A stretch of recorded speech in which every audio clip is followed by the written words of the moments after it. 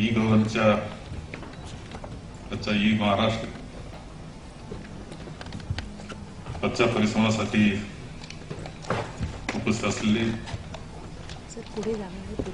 महाराष्ट्र शासनाचे सन्माननीय मंत्री, नागरी पुरवठा मंत्री नामदार अनिलजी देशमुख,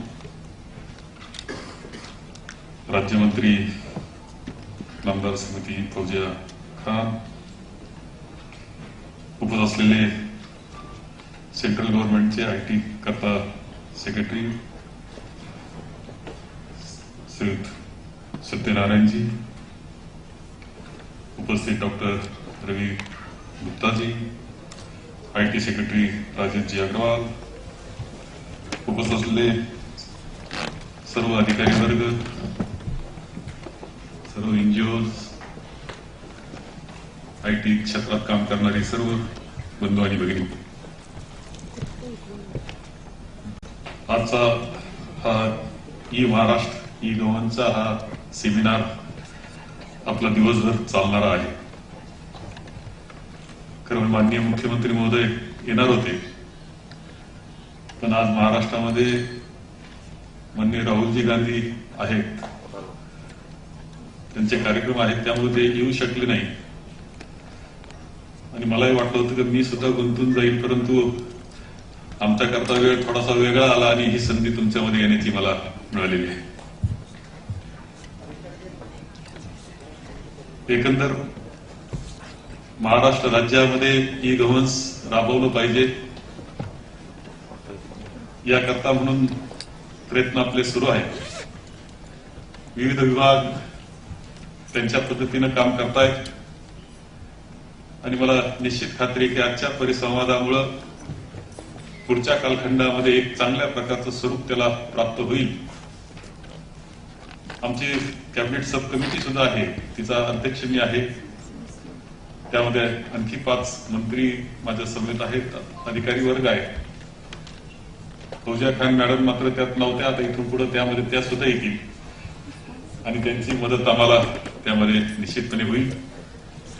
पण मधला काळ थोडासा निवडणुका आणि यामध्ये आचारसंहिता या सगळ्या धावपळीत केल्या होत्या, मिटिंग झाल्या नाही, पण आता पुन्हा कंटिन्यू मिटिंग आम्ही करून त्या बाबतीतलं धोरण सुद्धा लवकरच कॅबिनेट सब कमिटीचं कॅबिनेट पुढे आणणार आहोत. एकंदर बदलत्या काळाबरोबर आपलं ऑनलाईन किंवा ई गव्हर्नचं महत्व खूप मोठं आहे हे नाकारता येणार नाही. ज्यावेळेस देशामध्ये एखादं आंदोलन सुरू होतं, विशेषतः भ्रष्टाचाराविरुद्ध आंदोलन सुरू होतं आणि खूप मोठा प्रतिसाद जनतेमधून मिळत असताना आपण पाहतो. माझं अत्यंत स्पष्ट मत आहे की जनतेमध्ये असंतोष आहे, कारण जनतेला अनेक प्रकारे त्रास होतो असतो, हेलपाट्याचा त्रास असतो, खर्चाचा त्रास असतो, त्याचं काम लवकर होत नाही. आणि ह्या सगळ्याला एकच उत्तर आहे, ते म्हणजे ई गव्हर्नन्स करणं. आपण जर चांगल्या पद्धतीनं उपयोग जर केला ऑनलाईन पद्धतीचा, सर्व डिपार्टमेंटनी चांगल्या पद्धतीनं काम त्यामध्ये केलं, तर 2-3 गोष्टी होत असतात. एक तर त्यामुळे खूप सहजता येत असते, कोणतंही काम सहज होतं, गतिमानता येत असते, काम गतीनं होतं आणि पारदर्शकता येत असते, कारण माणसाचा हात लागत नाही. जिथं माणसाचा हात लागायला सुरुवात झाली तर अडचणीची सुरुवात होत असते, काही नाकारता येत नाही, मानवी दोष सुद्धा त्यामध्ये आहेत. आणि म्हणून पारदर्शकते करता, गती करता आणि परफेक्शन, अॅक्युरसी हे सुद्धा ई गव्हर्नन्स मधून मिळत असतं. आणि ह्या सगळ्या गोष्टी करता म्हणून आपण किती वेगानं हे कामामध्ये पुढे जातो आहोत, तर लवकरात लवकर सगळा सेटअप आपला ई गव्हर्नन्सचा कसा करू शकतो याच्यावर खूप मोठं दिलासा सर्व नागरिकांना मिळणार आहे. आणि मला वाटतं आपण जर त्यात खूप चांगलं काम करू शकलो तर लोकांमधला असंतोष सुद्धा दूर करण्याची ताकद या सिस्टीम मध्ये हे कोणालाही नाकारता येणार नाही. आणि म्हणून आपल्या खूप गती यामध्ये या पुढच्या काळामध्ये घ्यावी लागणार आहे. खरं जे विविध विभागांनी खूप चांगले प्रयत्न त्यामध्ये केलेले दिसतात. प्रत्येकाने प्रयत्न केला. माननीय अनिलजी देशमुख यांनी सांगितलं का नागरी पुरवठा विभागामध्ये कशा पद्धतीने आम्ही प्रयत्न केलाय. ग्राम विकास विभागांना सुद्धा ग्रामपंचायत पर्यंत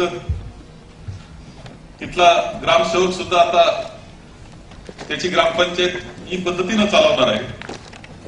प्रत्येक विभागानं केलाय. आमचा महसूल विभागानं सुद्धा मी तर जास्तीत जास्त भर त्यामध्ये दिलेला आहे, कारण त्यामध्ये सर्वसामान्य माणसाला मदत होण्याकरता खूप चांगलं काम होऊ शकतं. मला 2-3 गोष्टी वाटतात ज्याचा उल्लेख मुद्दाम आपण सर्वजण एकत्र आल्यानंतर मी इथे करतोय की प्रत्येक डिपार्टमेंट हे काम करते. प्रत्येकाचा जास्तीत जास्त भर आहे. आपले सर्व सेक्रेटरी त्याकरता मदत करतायत. IT सेक्रेटरी अग्रवालजी अगदी त्यांनी खूप पुढाकार यामध्ये घेतलेला आहे. निना कंपन्या निना सॉफ्टवेअर घेऊन येत आहेत पुढे. परंतु हे सर्व जे आपण करतो आहोत त्यामध्ये कुठेतरी सुसूत्रता असणं अत्यंत आवश्यक आहे. विविध डिपार्टमेंटमध्ये आपण ज्यावेळेस करतोय त्यावेळेस प्रत्येकाची लँग्वेज वेगळी, प्रत्येकाचा सॉफ्टवेअर वेगळा, कुणी कोणाशी कनेक्ट नाही असं होण्याची सुद्धा शक्यता खूप नाकारता येत नाही.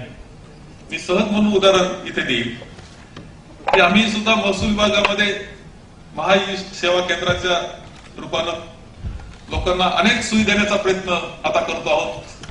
नांदेड आणि औरंगाबाद जिल्हा त्यामध्ये खूप पुढे गेला. जवळजवळ 121 प्रकारच्या सुविधा त्यामध्ये निर्माण करून दिलेल्या आहेत. हे करत असताना महाई सेवा केंद्र प्रत्येक सर्कलला सजाला टाकण्याचा प्रयत्न आपल्या नागरिकांना सहजता त्यामध्ये आली. ही डिस्ट्रिक्ट योजना आम्ही आणली की आता घरातूनच आपले स्कॅन करून सगळे काही डॉक्युमेंट्स पाठवायचे, ते चेक होतील आणि तुम्हाला सर्टिफिकेट आपोआप तुमच्या प्रिंट आउट मधून इथपर्यंत प्रयत्न आपला चाललेला आहे. परंतु एका बाजूला ग्रामविकास विभाग काम करतोय, नागरी पुरवठा विभाग काम करतोय, दुसरीकडे रेव्हेन्यू विभाग काम करतोय. यांची संलग्नता एकामेकाशी काय असा जर प्रश्न विचारला तर कदाचित ती नसण्याची शक्यता नाकारता येत नाही. म्हणून ई गव्हर्नन्स करत असताना ते एखाद्या कोळ्याच्या जाळ्याप्रमाणे असलं पाहिजे. मी आपल्याला सहज सांगेल की कोळ्याचं जाळं आपल्या सगळ्यांनाच माहिती म्हटलं तर ते प्रत्येक त्याची दिशा वेगळी असते, पण ते पुन्हा एकामेकाला जोडलेलं असतं. आज स्थिती इथं सुधीर ठाकरेजी बसलेले आहेत. मला माहिती त्यांची ग्रामपंचायत आमचं महाई सेवा केंद्र जोडलं जाणार नाही. ते जर जोडलं गेलं नाही तर प्रत्येकाचा पुन्हा वेगवेगळ्या पद्धतीनं एक होणार आहे. म्हणजे ते याकरता NIC उपयोग आपण करत असतो. इतर आता गुप्ताजी इथं आहेत. सत्यनारायणजींनी खूप काम आंध्रमध्ये केलेलं आहे आणि ते सांगत होते की आता कोणत्या सर्टिफिकेट करता, कोणत्या दाखल्या करता 15 मिनिटापेक्षा जास्त वेळ लागणार नाही. कारण सगळे डॉक्युमेंट इतके डिजिटलायझेशन डिजिटलाइज करून ठेवलेले आहेत की तुम्ही फक्त तुमचं कोणतं नाव टाईप केल्यानंतर त्याचे सगळे दाखले एकत्र करायचे आणि देऊन टाकायचं. इतकं सोपं त्यांनी केलेलं आहे. हे इतकं सोपं झालंच पाहिजे. निश्चित ताकद या तंत्रज्ञानामध्ये ती आहे, परंतु त्याबरोबर ते एकमेकाशी संलग्न सुद्धा असले पाहिजे. आधार कार्ड आपलं वेगळंच आहे. इतर आपण पाहतो की मतदारांची यादीच वेगळंच आहे. आपण युनिक कार्ड एक वेगळं आहे. आम्ही आता काढणार आहोत. आम्ही पाहतोय की जातीच्या दाखल्यापेक्षा फॅमिली कार्ड देता येतं का असा प्रयत्न आमचा चाललेला आहे. प्रत्येकाचा आहे, वेगवेगळं आहे, परंतु एकमेकाला जोडलेलं नाही. हा जो प्रश्न दिसतो आहे तो सोडवण्याची गरज मला वाटते. आणि तसं जर करू शकलो आणि सगळ्या डिपार्टमेंटनी ऑनलाईन पद्धतीने आपण गेलो तर खूप चांगलं काम हे निश्चितपणे होऊ शकतं. आता दुपारी आपल्या समवेत आमचे जमाबंदी आयुक्त चंद्रकांतजी दळवी सुद्धा बोलणार आहे असं मला समजलं. महसूल विभागामध्ये आम्ही जे काम करतो महाई सेवा केंद्र ह्या सगळ्यातून करतोय. ही डिस्ट्रिक्ट योजना चालू आहे. पूर्णपणे शेतकऱ्याचं रेकॉर्डचं सुद्धा डिजिटलाइज करून त्याला 7/12 मिळाला पाहिजे, त्याचे फेरफार एकाच याच्यात मिळाले पाहिजे, चतुर्सीमा असल्या पाहिजे, या दृष्टीने सुद्धा प्रयत्न हे चाललेले. पुढे टायटल कार्ड पर्यंत आम्हाला जाऊन पोहोचायचे शेतकऱ्याच्या करता आणि किंवा प्रॉपर्टी कार्ड मध्ये सुद्धा. ही सगळी कामं आपण करतो आहोत, परंतु याचा थिंक टँक जो आहे तो मात्र सगळ्या विभागाचा एकत्र असला पाहिजे आणि ते एकमेकाशी जोडलेले असले पाहिजे अशी अपेक्षा या निमित्तानं माझी आहे. आजच्या या सेमिनार मधून निश्चितपणे आपले चांगल्या प्रकारचा विचार घेऊन आणि एकत्र पद्धतीनं हा निर्णय पुढच्या काळाकरता नाही तर पुन्हा नवे सॉफ्टवेअर, नवीन थिंकिंग, पुन्हा नवा विचार, नवी पॉलिसी असं घेऊन येत जावं लागेल. कारण रोज हे नवं होत असतं हे सुद्धा आपल्याला माहिती आहे, पण लॉंग टर्मचा विचार करून त्यामध्ये ही पॉलिसी ठरवली जावी आणि तसा विचार या निमित्तानं आजच्या परिसंवादामध्ये व्हावा अशी अपेक्षा या निमित्तानं मी व्यक्त करतो. आपल्याला दिवसभरच्या कामकाजाकरता शुभेच्छा देतो आणि माझे 2 शब्द संपवतो.